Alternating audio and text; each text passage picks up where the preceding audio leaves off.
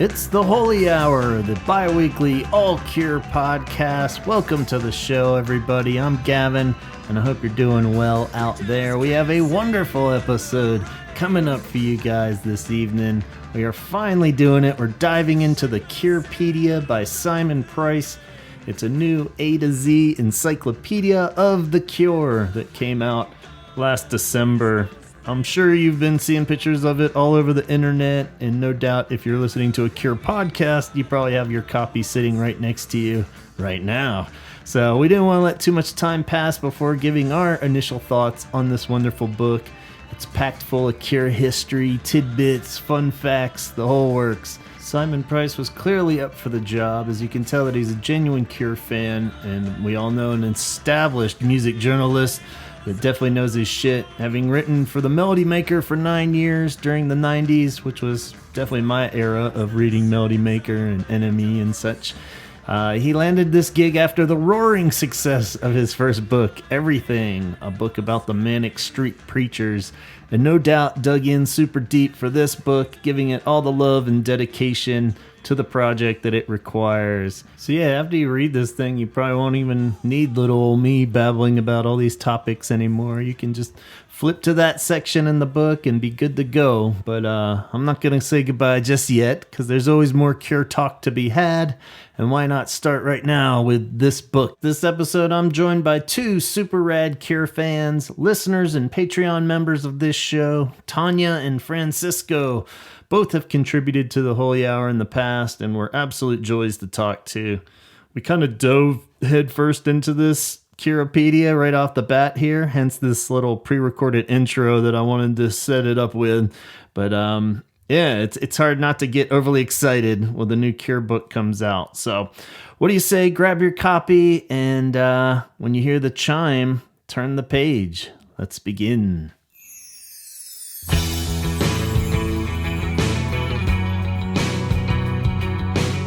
Welcome to the show. Welcome back, Francisco. Thank you. Hey, and welcome, Tania. How's it going? Yeah, it's going well. All right. Tania, you have a PhD, right? Is that I have an EDD. ED? Okay, because you Yeah. did your. The reason I bring this up is because you did your story, and I was like, Yeah. like you and I have a very similar, like this happened and there was a huge break. Cool. Where I didn't listen to The Cure for a long time, and then came back to it, and so I was like, And then you had to listen to Wild Mood Swings and Blood Flowers and Self-Titled and 413. Yeah. Hey. Yep. So I feel a kinship good, yeah. there. So. Cool. Yeah. Yeah, that was cool that it just worked out. We got you both on here. And yeah, I guess for our listeners out there, a frame of reference there, we had Francisco's Origin Tale. I was scrolling through all my episodes trying to figure out where the hell it was back there, but I think we put a couple Origin Tales for you together in one episode. Trilogy. It was just called.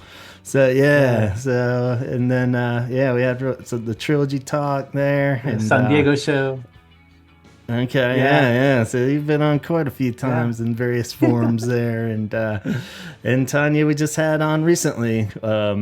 Is the little intermission of the South American shows there where we had your origin tale. So hopefully everyone make the connections there and recognize the voices and all that good stuff. But we're here to talk books tonight. We have been putting this off forever. We tried not to jump right into the Curepedia book right out of the gates, because you can't just talk about a book you haven't read yet, right? Yeah. So we all had to dive in at least partially at this point. I think everybody out there hopefully got the book right away and has read a good chunk of it, or slowly savoring every little letter of the book. But You pre-ordered like way back, like June, right? yeah, We did too. The library pre-order. I did too. And we got it right before Christmas, so it hasn't been that long. It's a 400 plus, 440. Right. So. Yeah, normally I would feel bad in the fact that I haven't finished it, but I made a good chunk in here. I think It's a lot. It's not just a little paperback. It's a lot. which is I'm looking as at it the should page be. now. You can't can't hand over some half-assed thin encyclopedia of Cure to Cure fans without them getting all riled up. So and there's no picture, so it's all text. All 400 pages. 436 pages. Yeah. Which I saw some people going, I was expecting more pictures and glossy paper in some of the reviews. I'm like, no, this is, to me, it's perfect. The paper quality is amazing. It's actually, I Googled a little bit just to kind of give you, because people were trashing the publication as being cheap. And it's not cheap paper, by the way. Really? This is uncoated stock paper, and which makes the red that's being highlighted actually look really pretty. And it's actually nice to the touch, and it's easy on the eyes when you're reading it, better than glossy paper. So this is like the material they use for art books. So it's yeah, I saw that too. A few people were kind of complaining about the print being too small or something. I'm like, well, what do it's I think we're just all getting old as Cure fans. Yeah, we're all just, like, if I can read it. Old Cure fans that are like, you got to get bifocals. Can't see anything anymore. No, it's a gorgeous book. It's aesthetically pleasing for sure. Because that is where I wanted to start was how cool it was to pre-order this and how beautiful the actual book looks, and caught wind of it first, and I just kind of had it saved before the pre-order even started. And then, when it came time to order, even I think it just happened to be a time when I had a few extra bucks. So I was like, I'm just going to buy this now because I know I'm going to end up getting this. You're going to want it. Yeah. So I was just like, I'll pre-order it now. I was like, I don't know what this is, but it's a Cure book, so let me pre-order it. At the library, they charge us more because we're an institution. But it was supposed to come with not stickers, but something extra, because we ordered like the deluxe edition. Okay. So there was that. Oh yeah, the deluxe one was definitely a lot more. Yeah. So I guess just on the top, it was in different formats and different versions you can get. There's the ultimate fancy one. I guess that might be the deluxe one then, with the Andy Vella artwork. It looked super rad, and I'd already pre-ordered mine by that point. When I saw that, I was like, damn. But at the same time too, I think I saw somewhere that you could only get that in the UK. I thought even, but maybe you could order that. I saw that too. The one in the UK is a red cover. So instead of the black is red, and it's a different publisher, because every country has different rights. And but what I found kind of cool was that they actually have it as a Kindle, as an audio book. So actually MP3 CDs, and then they have it as a Audible, which is the downloadable audio. And Simon Pierce reads it, and other people. That's what I was going to ask. Okay, so he does read it. I love it when the author does their own reading, like Lowell. He reads his own. Oh, he Audible. does. Yeah, and it makes it so much better when the actual author reads it, because he knows which word, like where he wants all the inflections and everything. And, he's got the emotion behind it and the humor behind it. Yeah, it's so much better when the author reads their own book. So Simon Price does read the Audible version? There's 5 narrators in that for the book. So in one, the sample is Simon Price. So you can go to the website without paying and just listen to what it sounds like. And he's on the sample. Okay. Cool. It's pretty cool. Yeah. Cool. Yeah, that's a good option for a lot of people too. So it's good that it's out there for that. And so which one do you guys have as we hold ours up? Mine's black with a silver silhouette. Is that the same one? Black with silver. Yeah, black silver. And I justified not having the fancy Andy Villa one because I knew I would be like referencing this thing every time I do an episode and spilling coffee on it and spilling beer on it. Well, the end papers are Andy Villa in our section. I mean, in our version, the end papers. The inside, And when you open up Andy the Villa. cover, of course, you can recognize that pretty easily. The wish. Yeah, it looks beautiful. It looks really cool. Yeah, so I mean, it's beautifully designed and very cool. Like you're saying, it feels really nice. It's not like, spine isn't cracking when I'm like sitting in the car pickup line trying to read it and stuff like that. And I'm dragging this book everywhere with me, so I've been walking around like it's my Bible, you know. It is going to be considered the Bible, I'm sure. Yeah. So it's pretty cool.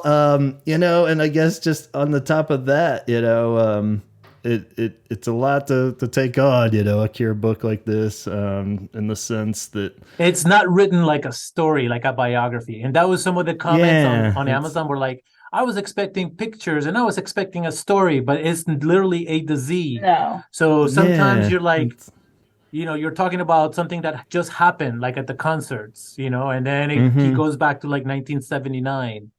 And what I like to do is I actually like to Google some of this stuff because like at one point they talk about Robert's house, like where he lives, the town, not the house where like the address or anything, but so I'm like looking up this town and it's like a beach town and it's like, and then I'm looking up Crawley. Yeah, Bognor Regis. Yeah. But I wanted to see Crawley too, and like and the high school because he mentions everything, and even like, oh well, that's where Bowie did that, you know. So then I look at that Bowie album and I'm like, oh yeah, that. So it's taking me even longer. I'm not reading it straight through. Yeah. Exactly. Yeah. When I was reading it, I had to I did the same thing. I kept having to stop and look up stuff and and look up this, and that's another thing about. The way the book looks is the red words throughout the text. I thought that was going to bother me at first, but I actually liked it because if for those who don't have it yet, for everything that has an entry or a section in the book, and whenever he talks about it anywhere else, it's in red. So I kind of liked that because it showed me like, you know, if I would be reading, you know, whatever I was reading, and I'd be like, you know, I'm trying to find an example real quick. The first one I found was pissing, so you're probably going to want to edit that one. No. But like you're reading through, and it's like, oh, there's a section on this. Let me go read about that, and then come back to this. So that was good. No, it's good. Very cool. And because, you know, crossovers with a lot of stuff, and it's just going to happen that way where, you know, if you're talking about, you know, Pictures of You, then in Disintegration, the album's going to come up, you know, and it's just things that reference back and forth. And I think that's what it is. It's like you got to, you know, I guess people didn't realize that maybe that we're complaining, but it's a reference book, really. You're not sitting down to read. I mean, that sets it apart because there's a lot of books about the Cure. I've for sure, counting the new one that I just learned about that I'll tell you all about. It also came out in November. The Cure, So Turn It Up, B-Sides and Album Tracks by Jared Morris. It's 700 pages. It's free on Kindle Unlimited, and it's awesome. It's really good. Does it have a blue cover? Like it's like blue? I don't know. I downloaded it on Kindle Unlimited and listened and read it there. I still have it, you know, because once you get something on Kindle, you have it. You know, forever. Okay. But it basically tells the story of the Cure through talking about the B-sides, and it covers every single B-side in this book. So that's what's unique about that book. But what's unique about it only B-sides, or is it? Yeah, it's just B-sides. Yeah, just B-sides. Just B-sides. Okay, oh, that's cool because that actually would be a good companion to this because this doesn't do a lot of B-sides and stuff. By the hype of this one. I didn't even know it came out, and I'm a book fanatic. And the only reason I know this is because I just made a post on Reddit because people have been popping up lately asking about books about the Cure, and you know, everybody's like this one, that one. I finally just wrote a whole big long thing about that mentioned every single book because I have them all. So I know for sure that I've read 16, and now with the So Turn It Up. Now I've read 17, including Curepedia, and I have a few more on my wish list. But that's how I found out about it. Is I did this big post, and then someone wrote about it in the comment, and I was like, "What? A book that I didn't know about? This cannot be." You know. And then I looked it up, and I was like, "Sure enough, there it is." And I got it for free on Kindle, so it was awesome. Cool. Yeah, nice. Add that to the list too, but yeah, I mean, this thing with it being more of a reference book is cool because I was initially, a little worried with that, even because I know that Simon Price is like this really well-respected music journalist, is what everyone, saying. And when it started to come to be more of a real thing, I was even looking him up more and reading this stuff. He wrote for, worked for Melody Maker in the 90s for like 9 years, I think it was. And, and that's all awesome and rad. But I was a little worried it was going to get a little overly music journalist in a sense, a little too flowery with like music, like album reviews can be and stuff. But he does great, I think, with keeping it very kind of unbiased almost even, and just very giving you the bare bones and the facts with it, and compiling all the other stuff that we have had out there, and really, and then putting a personal touch on it too. So it's very cool, but it usually comes like at the end of an entry, like there was a lot of good ones like that. 100%. So, but I was worried because I was beautifully written. So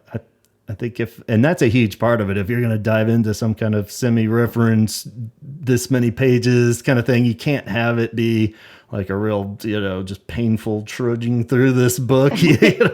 But, rest assured, anybody that doesn't have it out there, that it does. Once you get in the groove of his writing, I felt like it read super smoothly and it's fun to read. And, it was beautifully written, and he has a really great sense of humor. The way he peppered in like jokes that only Cure fans would get. That's kind of what I was getting at, where it's cool, like by the end, then he'll throw something in that's kind of snarky or funny, like a little, even a dig or something at the Cure, which is great because then it gets that personal touch. But there's a section that was one of my favorite parts. H for hair, and they talk about Robert's hair through the decades. But he starts that section off talking about like the ozone layer and how, because we weren't supposed to use the hairsprays anymore, right? And then and he just makes it funny, and he makes it like that was good. So cool. I was like, oh my gosh, this guy really has like, and it had nothing to do. I mean, it had to do with at the end you find out that actually the person who had the biggest hair was actually Simon. And that was true for a little. And the first one, he was the first one too to have the hair. And that was another thing that I liked about it too, that I was going to talk about, is that like in the beginning of the Boys Don't Cry section, he talked about the song, how the song was written before there was toxic masculinity, which is a catchphrase that we're all familiar with now. But this was, 40 years ago, before anybody ever talked about toxic masculinity. Yeah, for sure. You're right. He did that with a lot of the entries. He'd start off talking about something that's not related to the entry, but then he'd bring it together. So he did that really well too. He made it relevant, made everything relevant. It's also very British. So I had to look up some things. Like I didn't know some of the references, which is fun. I'm like all about it. Because it wasn't so much that I'm looking up so constantly that I'm not, that it's preventing me from understanding. No, it flows. It's pretty cool. Just like a cool saying or something. I'm like, what is that? Well, he used a couple of words that I had never heard before. And I mean, I think I'm pretty well read. But I was like, what is like I know how to pronounce it now. I was like, what is that? I'd have to look it up, So that's cool. Did you guys anytime any writer challenges me, it's a good thing too. That's awesome. Did you guys jot down any of the other ones that we're talking about with the kind of funny remarks at the end? I had a few that, I didn't really want to go through each like kind of cool entry and stuff because that's up for people to read, but any that you would want to share? Any of them down, but I can remember one of them was sort of a dig at Law, where he said, the Cure have never carried any passengers. And then he goes, well, at least not since the late 80s or something like that. I think that was in the Jason Cooper section, because he was talking about how long Jason had been with the band and that he holds his own. And he's like, because the Cure doesn't carry passengers. Well, at least not since the late 80s. That was fun. They're very well placed. There was a couple. I had one when he was talking about cars, which was a weird but cool entry of like just different cars that Robert has owned over the years and stuff. And I had to definitely look those up. I didn't know any of those. I was like, what is that? Because I'd heard the stories like that he had referenced to of how many of them will be like crashed and ran off the cliff and whatever the hell. And it was said I wrote the quote down here. It's like, Smith's current motor of choice is not a matter of public record, though. And if you do see him on the roads, however, you're advised to heed incidents above and allow him plenty of space. Yeah. Yeah. The Lada Niva. I'm like, what is a Lada Niva? Yeah. So lots of good ones. And for the song Lost, he said that song has more bum notes in it than a proctologist's filing cabinet. Yeah. Wow. Yeah, that definitely made the book a lot easier to read because it is a long, thick, heavily researched reference book. Yeah. So adding all that in made it readable. Yeah. Because if it was super dry, like just, Wikipedia entries over and over again, you'd just be But. Yeah. And I guess on the reference note, while we're cut in this territory, first off, it's fucking gold mine for what I'm doing with the podcast. I wish this thing was out, 5 years ago. Because I mean, each little entry is basically what, gets the ball rolling on an idea for an episode or something. I'm like, shit, I haven't done a Cars one yet. That's great. Yeah. I mean, car. But yeah. Like there's so many references. That's the other thing is like you could go in so many directions with it. Yeah. It's so fun. Yeah. And I guess the idea of, and I think people were complaining, I'd seen on a couple things of like, well, it's nothing new. He didn't, like come up with these new theories or so, you know what I mean? It was kind of like, well, one, that's not entirely true, but it's mostly, I think, a praise in the sense that he does a great job of pulling, like I was saying, from the things we did have, especially like creditable source stuff and the good books, and like, because I know from just doing these sort of, half-ass research topics each, couple of weeks or whatever, that, you go to the same ones a lot. The 10 Imaginary Years book is gold because that was official. And then, it's gold, but it's old. Yeah. I mean, it runs out real fast. If you're not talking about something. Yeah, that's one of the things I talked about in my entry on Reddit is that it's the only officially authorized biography out there, but it is now 30 years old. At the time, they were only 10 years old and it was great. It was their whole history, but we're 30 years on down the road now. So the book is just very dated. It's a classic. You have to have it in your collection, but it's so dated super now. dated. And it's like them at their peak, like goofiness, being kids and shit. So there's tons of shit that's like contradicted, like all over the place. There's stories that may or may not be true, like all their interviews back then. There's tons of things in there that I'm just like, that sounds like bullshit, but this is their most official thing, so I guess we gotta but I think that's something that we have to remember with this book too. It's not officially authorized by the Cure. But you have to respect how much work went into pulling all the shit that's out there about the Cure into one book. That's one of the great things about the book is just recognizing what a task that must have been, and also now having it all in one place. Yeah, exactly. The only problem with that is that some of the info out there is not correct. And unfortunately, some of those things made it into this book. Like, one big thing that I know we talked about a little, you and I, you probably know what I'm going to get at, but Simon's first wife was not Pearl's sister. Yeah, that was surprising that one slipped Carol through the cracks was not again. Pearl's sister. And he put that in the book, in the Simon Gallup section. And what's funny is I saw that before the book even came out because somebody had screenshotted it and put it on Instagram. And that's another thing I was going to say earlier. Before the book even came out, people were putting screenshots up online and on Twitter and Instagram, and I was reading everything before the book even came out. But I saw that in the Simon Gallup section, and I was like, no, because that's like one of the biggest things. And I'm like, keeps going, that thing, because that's been printed. A lot of fans thought that and believed that for a long time, and I did too. I heard it. I thought it was a great story, and I was like, "Oh, that's cool." And I thought it was true for years. But Eden on Twitter back in 2018, he posted a picture of him and his mom, and in the comments, they got into a conversation. And Eden said, "By the way, my mom isn't and was never Pearl's sister. Let it be known. Right. And I was like, oh wow. Well, from the horse's mouth, like it Yeah. must be true. And then I know your story about finding out how it was true. Yeah, It he wasn't wrote true me, too. and we did that episode on the offspring The of the children. Cure, and the children of the Cure, and yeah, he was super cool about it too. But he sent me just a message after it came out, which I was like, "You heard it? What?" Yeah. But so that alone was like blowing my mind. But then he was like, "Yeah, that and he said that." It's been printed in books everywhere. Everyone just keeps this thing going forever. And he was like, but for the record, not Pearl's sister. I'm like, oh, cool, yeah.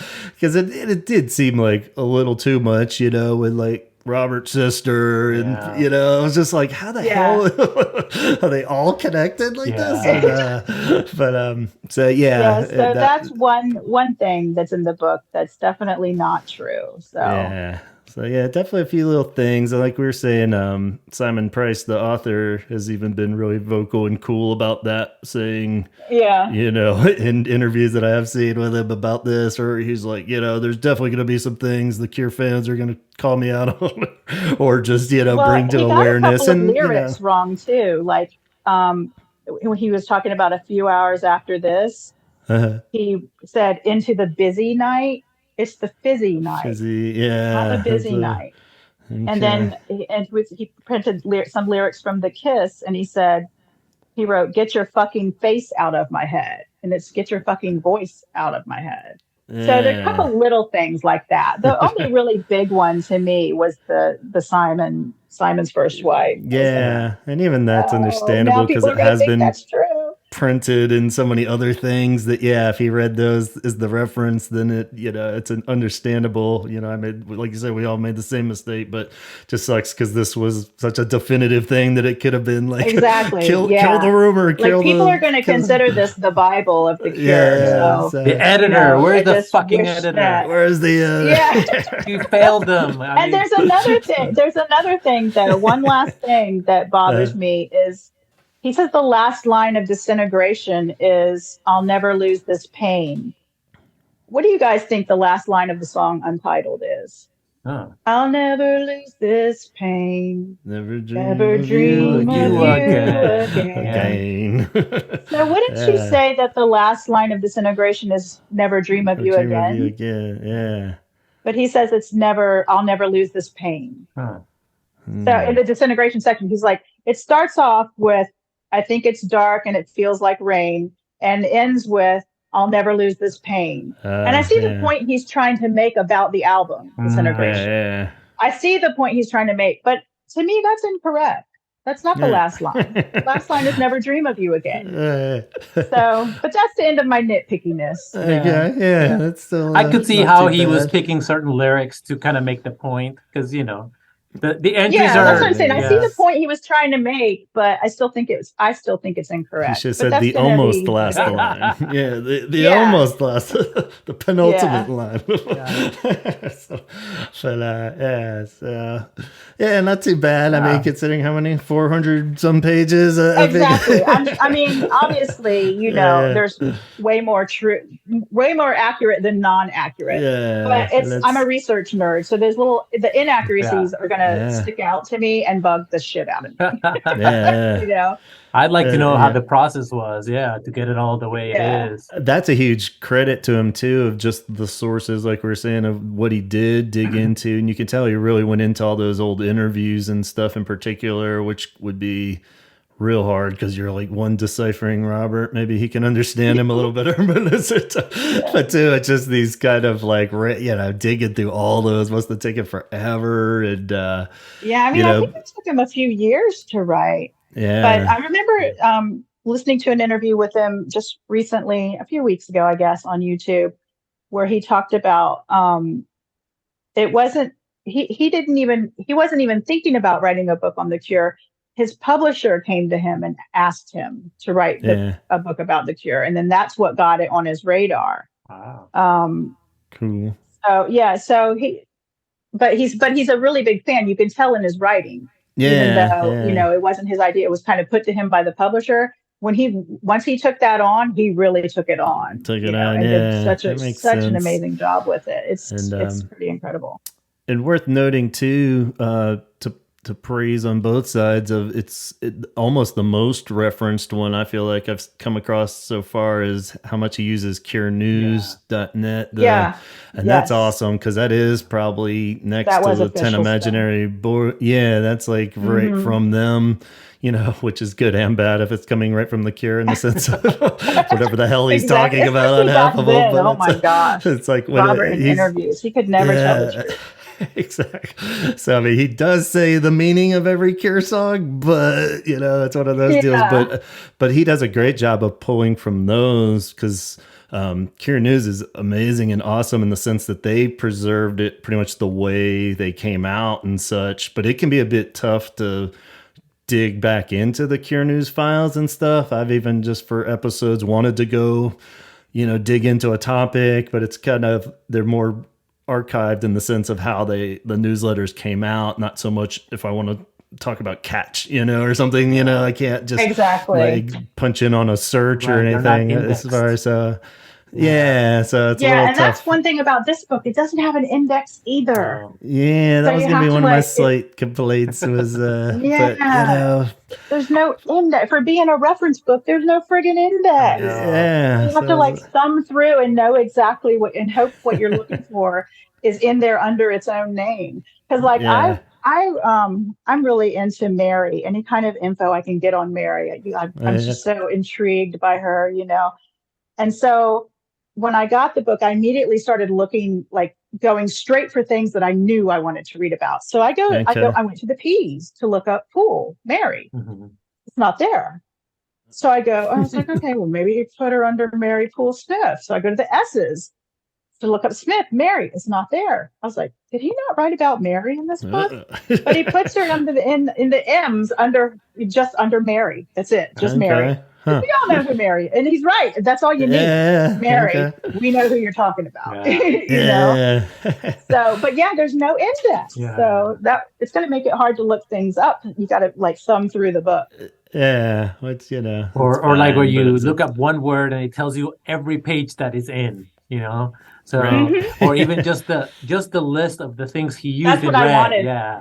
But can you imagine the work to do that? And then the sources. So if he put little numbers, the little footnotes. Yeah, the footnotes. Correlate with an article. Oh my gosh, that would take.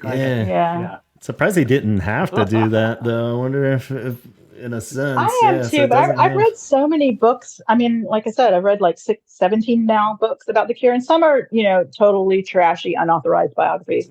And some of them are really, really good with footnotes and research. Like the FAQ is good because it's got the footnotes. It's very well done and never enough, And Jeff Apter actually had, interviews with most of the guys in the band and a lot of people related to them. So all his stuff was, firsthand. But still, it's great to have it all in one place, Right. I think that's a problem with a lot of the ones, usually the ones where they try to just write it more like a biography. Those tend to be the kind of, lamer ones I get. And they're just leaning. It was refreshing to read about the Cure in a different way. So it was like that. It was very similar to that FAQ one that I liked a lot that came out recently. So it's kind of and he was a big fan of the Cure, and you could hear it in his writing, and you could hear it in your interview with him too. You could tell, even though it wasn't his idea to write this book, you could tell he was a fan. The way he wrote so lovingly about them. So it is cool when you can kind of just zone in on the. Obviously that's kind of what I kind of do in the podcast too, where it is fun just to have that one little section because there's so much Cure stuff always going on that if you just narrow it down to the one song or just collaborations or something, they're like, okay, now I'm focused. Let's dig in. That was true. And I guess on the slight, it bothered me more on the first 2 pages, and then I got over it real fast. But just kind of seeing that it was going to be singles only. There weren't like B-sides, didn't have their own entries and deep cuts even, which is the classic Cure complaint, like where it said it needs more, it's like watching a Cure show where it's 3 hours long and everyone's still going to bitch that they didn't hear their favorite song. But part of me was kind of like, once I dug in, I saw that like when you're talking about the album, then he's going to cover the deep cuts and stuff a bit more. And, even B-sides would come up in passing kind of, but they don't necessarily have their own entry, So, I like that. I like that for every album, he said a little bit about every song. Yeah. I did like that a lot. Yeah, it balances out. Speaking of those albums, he has a section for the 14th album. Yeah. I think that's what the section is, right? 14th album. Oh. And I liked that section too, because it had every rumor, because of course it's all rumors right now, and that much is true. But he had every rumor like in order. It was like a cohesive timeline of the rumors from the time we first started getting wind of it till today. Up until just recently, up until last year. What has been said, everything that's been said, and it was all in one place. So that was pretty cool. That was. Which is great. Yeah, because I'm even lost track of when the hell they said this and that, and people are like, wait, how long have we been? I'm like, I don't know. Yeah. It's all blurred now. Every time anything was said about it in public, he's got that all in there. Yeah. So. Yeah, it's good. Same thing with the concerts, like Glastonbury, and then like he just talks about that, and so you notice like, the Cure was headliner more than anybody else. I didn't know that. I had never thought about it in those terms. Yeah, and I love like you're saying with the timeline of things too. A huge plus with this is that we go all the way to now. It was very good about, even though we pre-ordered it, he must have been like adding little things almost even up until the last second or something. Because that's kind of the big missing, even when we started the podcast, which I guess is like 7 years ago or something now, there was like nothing hardly on anything after, I guess most of the books went up to about the self-titled album. Even finding stuff on 413 and stuff was always a bit tough, especially just kind of the nerdy little facts there or whatever, and that was kind of the era too where I was like, definitely still diehard, but I wasn't following every little comment on Chain of Flowers or anything. That stuff I went back and looked at more after starting the podcast up. But, I just had a lot of other shit going on at that point. So I wasn't really printing off everything that he ever said in an interview and stuff. But so, I mean, it's cool to have that all documented and going into the new stuff and actually having thoughts and timelines for compilations and stuff like that, So, well, also, cool. I know, Gavin, you don't like to toot your own horn, but this book also has like 21st century things like podcasts, like, and in there, you are there, You're in there. And it was so cool that was the first thing I did. Prime among them is the Holy Hour podcast. I was like, that was super sweet. So super. He talked about grateful fan stuff. He talked about Arusha's thing. Your fan doc. He talked about, of course, Craig and Chain of Flowers. So he got a lot of cool fan stuff in there. It was very cool. That definitely just covered it all and plenty of cool stuff to dig up. If people weren't familiar with those, they'll hopefully look it up. And so that was cool because I'd caught wind. I think when the first kind of pressings and stuff were coming out, I think somebody had said, I forget how it came up, but he was like, "You guys are mentioned" or something on a Facebook page. I knew we were in it. Did you know before you got the book, or did you find out when you got it? It was vague. It said we were mentioned, and I was like, "Sweet!" Got all excited for a minute, and then I was all like, "But he's not saying what?" I was like, "That'd be a little weird to draw it to our attention if he was like, these guys are a bunch of dumbasses." But we sometimes can come off the wrong way if you grab the wrong episode, so it would be totally understandable too. But so I was a little hesitant flipping to the page as soon as I got the book, cringing a little, but it was very sweet, and couldn't thank him enough for that. That's great. So that was exciting. Yeah, blows my mind. So I was very happy. That's how I knew it's complete. Thanks.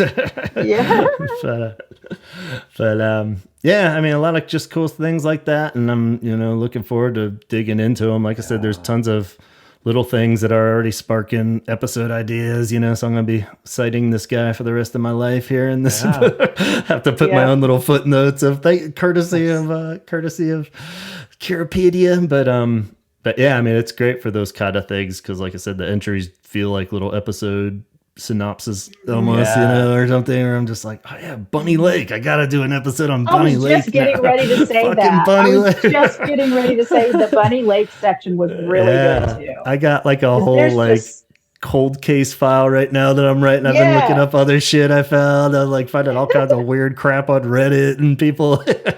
So that one's gonna be a fun one. So that's definitely coming up soon. So, but that was weird because I was always kind of on my radar, but I didn't even really bother to look into it much. And just that's a whole. So I don't want to spoil anything. But it's a whole weird thing that I don't even know. It's kind of more fun when I don't even have a final answer to it. There's no case is still open for sure. So. 14 explicit moment. That one was also blowing my mind, and all the stuff that happened behind the scenes, like with drummers and drunk fights and man. It was not easy being in the Cure. I mean, and then homophobic people that came up and he talks about it in the entry for goth and how they always denied it that they were goth, and it was more like raincoat rock, which I've never heard about.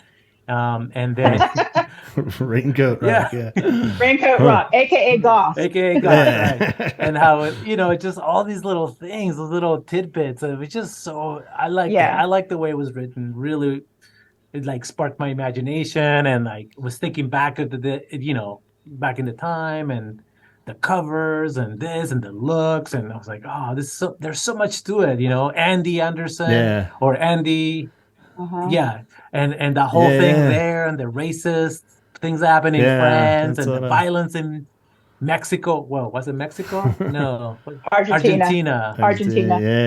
Yeah. Well, it's like he says in the beginning of the book: writing a book about the Cure means writing a book about everything. That's so true.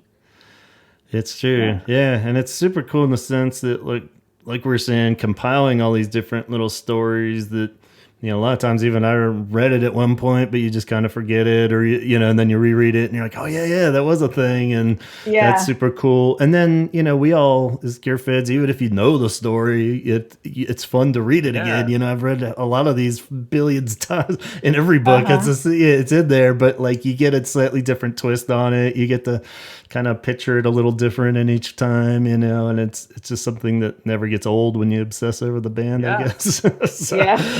So it's kind of cool, It's like this. I do the same thing with other like podcasts. When you listen to something you already know the history of Joy Division, I think I've listened to 5,000 Joy Division getting their life story things, but it's like, I don't know, it's just cool to hear the story again. There always might be one little thing that you didn't know. Some extra little perspective on it, and which I hope our podcast does too. In the sense of if it just gets you thinking about it a little bit more, and you're like, oh yeah, that's cool, and then you put the album on and you hear it in a different way. It might be cool after the 5,000th time. I certainly did that with the albums.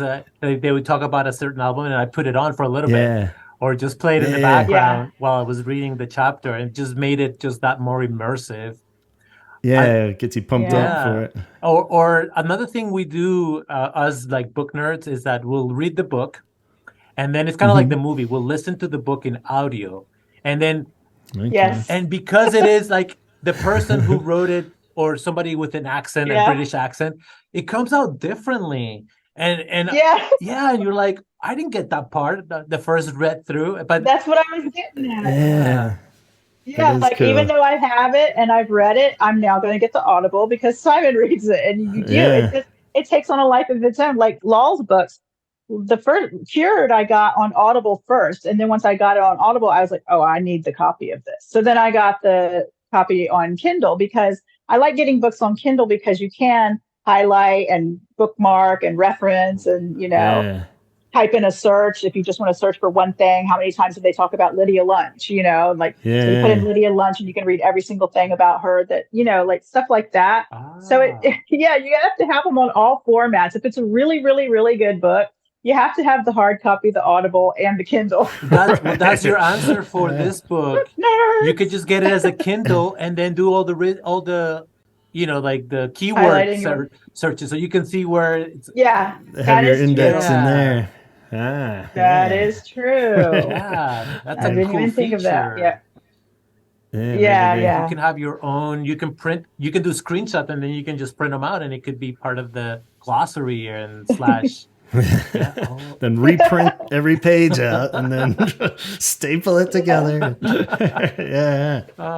That's why I was fearing going back to the idea of getting the fancy version and then having I'm like, I'm probably going to end up like destroying this so much, carrying it around everywhere and spilling things. I should probably just get like the nice version for my shelf and then have the reference one that I'm your out in reference the version, yeah. yeah, Definitely. my field guide or something, where it's like the working copy, but one that's just pristine. Yeah, the display. And you can get it signed by the band, in one of those concerts. Totally. Might be cool. As we start to head into final verdict, I would definitely recommend it. Would you guys to everybody out there that is a Cure fan? Oh yeah, it's a must-have for a Cure fan. Period. Yeah. Yeah. Yeah, I agree. I would definitely recommend it. I'd have to give it 4 out of 5 stars just because of the little inaccuracies with some of the lyrics and the Simon's wife thing. But those things aside, yes, this is a must-have for any Cure fan. You got to get this book for sure. Yeah. I think the only heads up would be if somebody is on the fence about buying it or not is just to know it isn't a biography, like that you're not going to. Just, no, it's not a biography. It's not officially authorized by the band, but it is an excellent reference book for any fan of The Cure. And have a well-written, like we said, version of that where it's not just rehashing it either. There was a few of those other ones in recent years where he's pretty much just plagiarizing Lowell's book, and taking shit out of it. I was just like, come on, man, at least rewrite it. But this Simon Price is an excellent writer. That's for sure. Yeah. So yeah, definitely. I guess thumbs ups all the way around and recommend it out there. I think people should pick it up. Like we said, that's great to confirm that it has a audio version and everything too, because I think that's a lot of people's. Well, they think and if you're on the budget, you could buy a used copy of the book. Here, I got the prices, so you could. All right. You could. So right now, as of February of 2024, you could buy a used copy for brand new $31 in the U.S. And then is 25 quid in England, 25 pounds. But the used ones, you can get $27 for a used one in the US in mint condition. And then I hope so. It's only 4 months old. Yeah. And the book on the Audible one is unabridged, so it's complete. And so that was also. Let me see. I'm scrolling up here. You could buy $25, 25 pounds. A used one, which is not, you might as well buy it new. The Kindle's $9.99, and it's awesome. So lots of good options out there, and I feel like it's widely available everywhere. I'm assuming by that point, if it's on like Amazon and shit, it's probably on. It was hard waiting that extra month because it came out in the UK first, and I was like, and I guess it did have delays. What was it initially supposed to come out in November, I think, and then I felt like it got pushed back a couple times where it was supposed to be only just because I was like, all right, I got that penciled in for an episode. We'll definitely have to talk about that. And then I was like, oh no, it's gonna be right in the middle of the tour when it comes out. But very, very tough wait, but well worth the wait too, I think. So that's pretty cool. Yes. And like I said, I'm gonna just be flipping back, constantly. I have bounced around in the ones already that, like Japanese Whispers when we did the talk on that. I definitely had to. It's like, well, this is easy. I'll just Sure. Used to be like pull every damn book off the shelf. I was like, oh, this is great.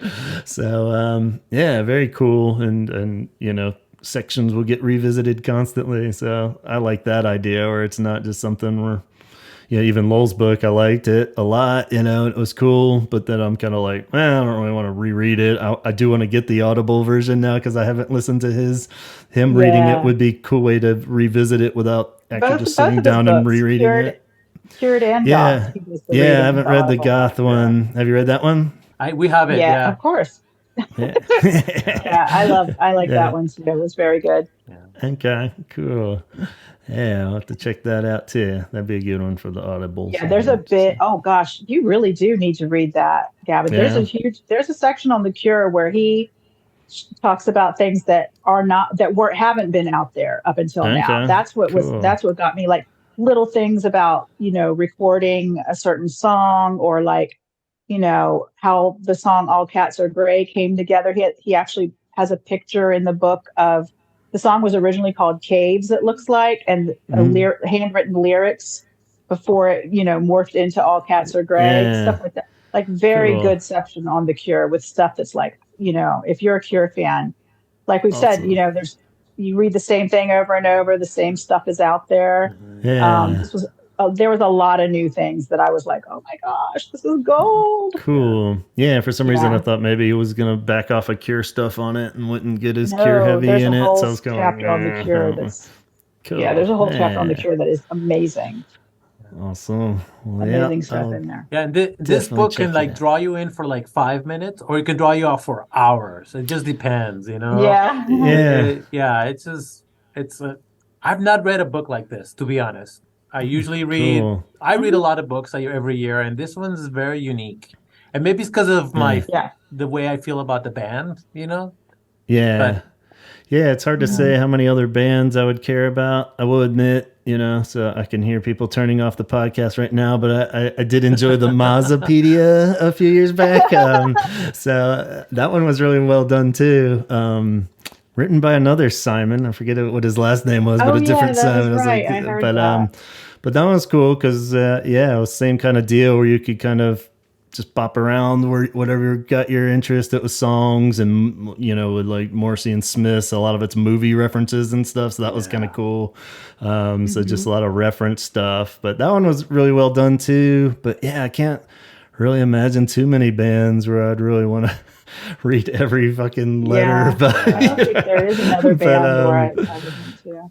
Yeah, so I mean, it's definitely a certain level fan, I guess. I don't know. Yeah, if the casual Cure fan would, I don't know. I guess it would still. I feel like. I think so. Yeah. I don't know about the casual fans. I think this is really for hardcore fans.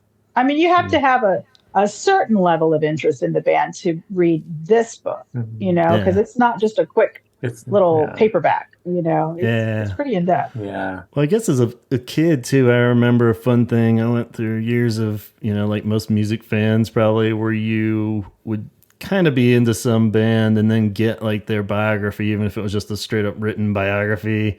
And then you kind of really delved into their back catalog as you were reading it, and that got you more into it, more hardcore.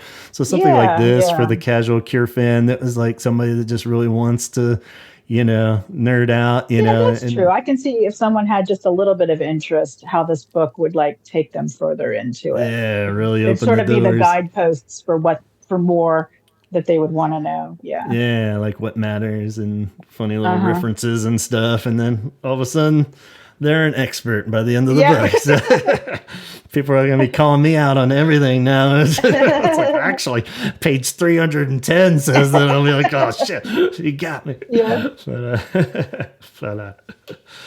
But yeah, that stuff's tough, and even going back to the slight criticisms and inaccuracies and stuff, I just know from the podcast too. Luckily, people have been pretty nice. I haven't had too many where people call me out on shit, but Cure fans definitely will get you if you put your foot in their mouth and say the wrong thing or the wrong band or something that's referenced, that it's like, so it's dangerous. I was definitely very hesitant when we started this, even I was like, okay, here it comes, here comes the floodgates. But you hopped around a little bit, you said, Tanya, or did you? I did, yeah. When I started, obviously at the beginning with the forest, and as I was getting a couple pages into it, there'd be a red word, and I'd be like, oh, this has its own entry? Let me go read that. And I'd read that, and then I'd come back to where I was.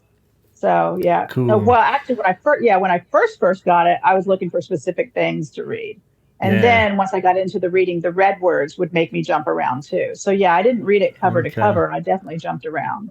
That's cool. Okay. Yeah. I'm reading it cover to cover. Straight to that's what I'm doing. not jumping around at all, except for like looking up things and like getting more context. But I'm sticking to it. Me too. But I might jump around later on, kind of like you did with Mary. Like Yeah. I've only bounced up for like podcast reference stuff already with like Japanese Whispers. I jumped up and stuff like that, and did like Love Cats and stuff like that ahead. But yeah, it's more out of fear. I just don't want to miss something if I started just like, oh, I'm interested in this right now. Then I'm like, it's like a antique mall when you're walking around, and if you don't go exactly. in order, that's what I did. I jumped around first. I was here, there, and everywhere, and then I settled down and read it. So it'd be interesting to any listeners out there to let us know your approach of how you're tackling this monster. If you're just going head first in, or if you want to hop around and highlight, make notes to yourself, leave breadcrumb trails if you didn't quite cover all of H. Because there are a few you get to it, like the Cars one or something. I was like, I don't know if I really want to. But at the same time, I'm like, I better just read it now before I lose it somewhere. But that's pretty cool. Yeah.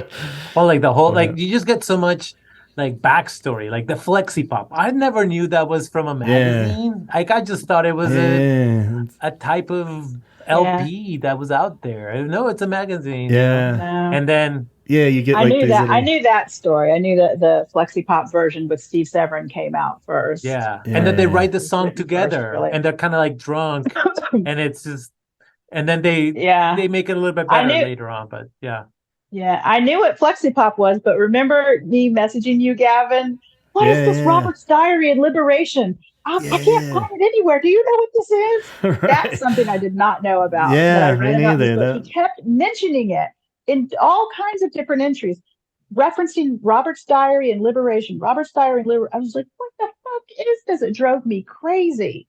And I even messaged you. I was like, do you know what this is? Yeah, but I looked it up and figured out it was a French magazine or newspaper. It was some kind of French periodical. And he did it in another magazine too. He did it in like, I don't know, Melody Maker or one of the other ones. He did like a week in the life of Robert Smith, and he did an entry for each day. And then I figured out, that's kind of what he did for this other magazine. And I've read that one, but I can't find the other one. Or anytime I try to Google anything about it, whatever comes up is in French, and I can't fucking read it. Oh man, that's funny. So, it did put me on to that, and I'm still hunting for that. I'd love to read that. And a lot of that stuff probably came up in other references, like where they pulled it out, but we didn't know it was coming from the magazine tour diary. You know what I mean? Yeah. So but at the same time, that's rad. I wish there'd be a way we could compile all that in English, preferably. But that would be cool, because that kind of stuff's crazy to know that I was out there. I was like, what? You were just like, he has a diary somewhere? Like, I don't know. Hell yeah. Where can I get this diary? Seems like it would have come up by now if he was just like, today I'm lonely. It's like day one of the tour. I was like, what? I miss Mary. Yeah. I miss M. Like, I want to read this. So lots of cool little things like that. Yeah, and like we're saying, just like with the entries of things you've read a million times, they'll just be like one little nugget. I've had that already with a few of them where it's just like, okay, cool. I didn't really piece that together, even though it makes sense. Sometimes even just saying it in a different way, it kind of hit a little, like with the Michael Dempsey one, even I was like, the only Cure song to have vocals that isn't Robert Smith, is like, like Foxy Lady. And then he was saying he actually is buried in there on backup vocals for Killing an Arab somewhere, or it's just like, oh, wow. Okay. Yeah. I mean, it makes sense, but it just never really stopped to process it, I guess, like a lot of those kind of things where I'm like, I guess he pointed something out. I won't be able to find it in time, but you know how Robert calls Pornography, Disintegration, and Blood Flowers the trilogy? He's the one that basically made that up, because for us, it was really 17 Seconds to Hate the Pornography. But then Right. Blood Flowers was coming out when he was starting to promote it, that he was calling that, the trilogy. Right. And there's clear references from pornography to disintegration. Like on pornography, he says, I will never be clean again. Yeah. And then in Love Song on Disintegration, he says, you make me feel like I am clean again. Yeah. So like you can find links, but I've never found a link between disintegration and Blood Flowers. And Simon, he points one out in the book. As long ago as 1998, Robert had sung lyrics from the first verse of the still unrecorded Watching Me Fall over Untitled at the Bizarre Festival, thus directly tying disintegration to Blood Flowers together in a live mashup. Yeah. True. So stuff like that, was cool. It was like, oh shit, I never knew that. I didn't think of that. Well, it's funny because I see that, but I didn't really make the connection either. Because that Bizarre one's the one where Robert's fucking hammered. He's like super trashed. Well, 98, all those 98. You can pull up any Cure show in 98, and Robert is fucked up. Yeah. That one in particular, just like riffing, and he's like, I've been watching me fall. And I was like, wow, that's Watching Me Fall. He hasn't even written that yet. And I knew that a lot of their songs, were songs that he wrote years ago, and then they don't show up on albums until years later. I knew that about some of them, but that made the connection between Disintegration and Blood Flowers. So then I was like, okay, now it does make sense. Pornography to Disintegration to Blood Flowers. There is some correlation. Like those little connections are great. Yeah, for sure. Yeah, I like There's another one that I had probably processed at some point, but it just kind of blurred over the years, where he wrote out what he's mumbling at the beginning of Caterpillar. He's like, he says like the days of the week. It's like, right? Yeah, that's all like, but kind of fucked up and in the wrong order and stuff. Yeah, and he makes one of those kind of funny little jokes, like we were talking about at the beginning, where he says he'll get that down a lot better a few years on when he does Friday I'm in Love, So, but like, it's something like where he's going like Wednesday, Thursday, Tuesday, or something, and I'm like, it seems super clear. What's he? I just kind of got used to it just being mumbles and not really actual words. And I was like, oh yeah, it's totally it. And played it for my son. He was like, what? You think they'll keep putting like revised versions out if new stuff happens? Don't they do that? I hope so. That would be kind of cool. Second edition, third edition. Yeah. That could be. Yeah. Other than having to buy it 15 times, I think that'd be pretty rad. So exactly. That'll be my excuse now I gotta to get that. Yeah. For those 2 pages on the new album, there'll be like a whole new.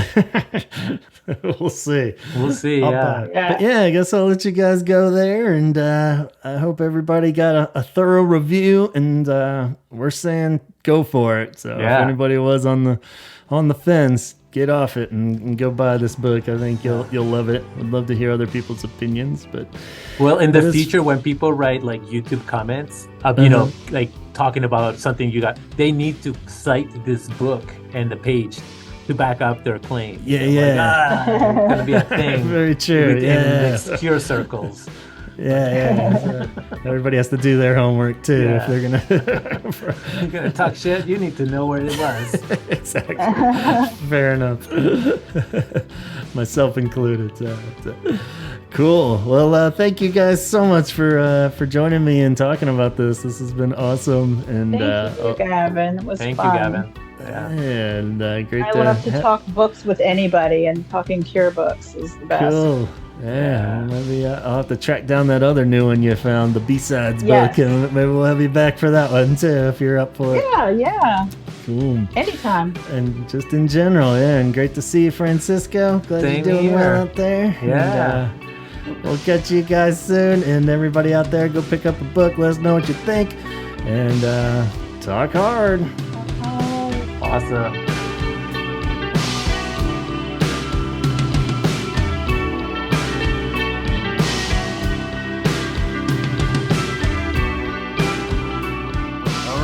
Again, thank you, Francisco and Tania, for joining me, Simon Price for writing a brilliant Cure book, Simon Price for including us in his brilliant cure book, and always you guys for listening. And while we're busy thanking everybody, let's go ahead and shout out the Patreon crew.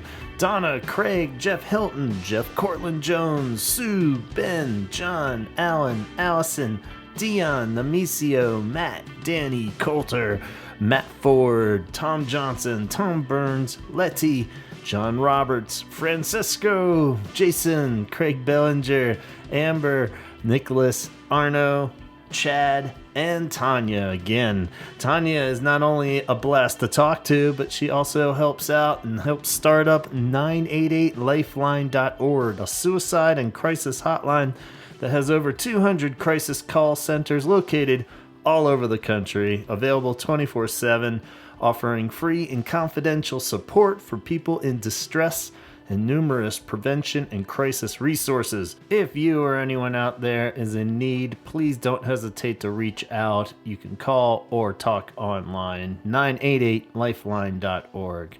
Or sometimes all you need to do is nerd out with some Star Wars. If that's the case, this is the Star Wars podcast you are looking for, and it's called the Sarlacc Digest.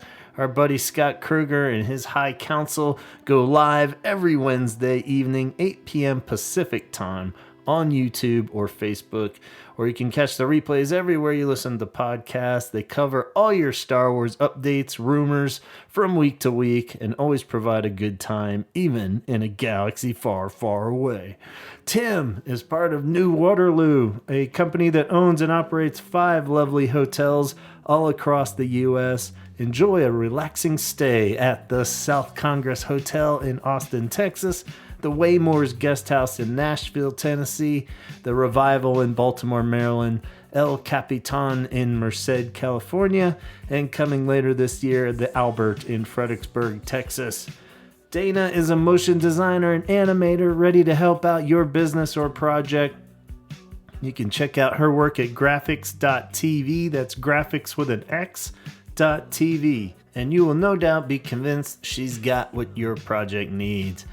CureThreads.com is where you can shop a wide variety of Cure-inspired artwork on all sorts of products. Kate is running the show over there and is always hard at work. So go check out the website on a regular basis, see what's new at CureThreads.com, and also check out her other project, Cure Arts Collab, on Instagram, where your Cure art is right at home and can be showcased. Keep your eyes peeled to see what project theme comes up next. If you are in Calgary, Canada, and ready for a night out, then follow Lisa's advice. Head on over to Dickens. It's the coolest venue in Calgary, hands down. DickensYYC.com. That's where you can find the full schedule of upcoming events. If you want to see a show a little further south, go to Club Nevermore down in Little Rock, Arkansas. Another great spot for catching cool goth shows and events. Jessica says, come on over and check out the webpage at clubnevermore.com for a full listing of upcoming events. And also check out Chaz's other podcast, The X Communication Station, where he, Donovan, and Chrissy dish out all the dirt on what it was like growing up in the church. Hallelujah, this podcast will get you feeling all the emotions. Proud, pissed, laughing, sad, literally every emotion. So go check them out. They're streaming everywhere you listen to podcasts. And this Saturday, if you're in the Huntington, New York area, go check out Antonio's project, Cult Leader, live. He'll be playing the Dead of Winter Dark Wave Art and Music Festival on March 2nd at the Paramount. He'll be on the bill with Lost in Echoes, it's a Bauhaus tribute, and Kareem. So go get your tickets now, have a blast, let us know how it goes.